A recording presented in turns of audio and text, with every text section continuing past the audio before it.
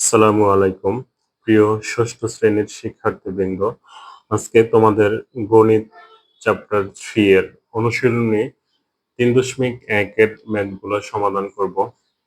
৩.১ chapter নাম হচ্ছে পূর্ণ সংখ্যা।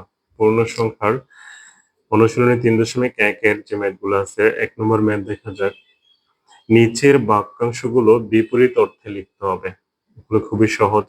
যেমন এখানে প্রথম যে ১ এর ক দেওয়া আছে, ওজন বৃদ্ধি, এটার বিপরীত হবে ওজন হ্রাস। এই যে বৃদ্ধি, বৃদ্ধি কথাটার বিপরীত হচ্ছে হ্রাস। এখানে হচ্ছে ওজন বেড়ে যাওয়া আর বিপরীত হবে ওজন কমে যাওয়া। মানে ওজন বৃদ্ধির বিপরীত হবে ওজন হ্রাস।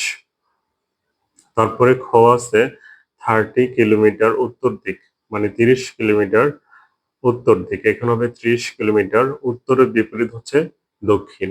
তাহলে এখানে হবে 30 কিলোমিটার দক্ষিণ দিক। তারপর হচ্ছে বাড়ি হতে বাজার 8 কিলোমিটার পূর্বে। এখানে বিপরীত শব্দ হবে পূর্বে, পূর্বের বিপরীত হবে পশ্চিমে।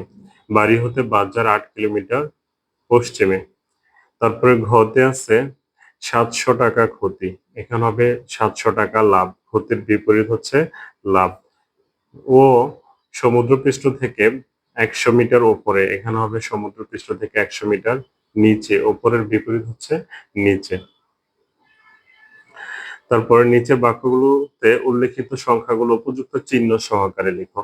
এখানে তুমি একপাশে বাক্যটা লিখবা, তারপর অপর পাশে ওটা কি চিহ্ন দিয়ে প্রকাশ করা যায়। এটা কি প্লাস চিহ্ন হবে না মাইনাস চিহ্ন হবে, তুমি বাক্যটা পড়ে বুঝবে।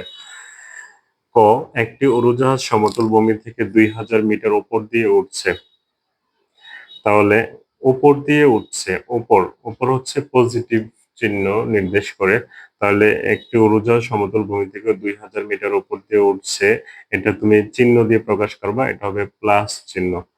একটি ডুবোজাহাজ সমুদ্রপৃষ্ঠ থেকে ৮০০ মিটার গভীরে চলছে। সমুদ্রপৃষ্ঠ থেকে মানে সমুদ্রের নিচ দিয়ে চলছে, সমুদ্রপৃষ্ঠ থেকে ৮০০ মিটার গভীরে চলছে। গভীরে কথাটা মানে এখানে মাইনাস।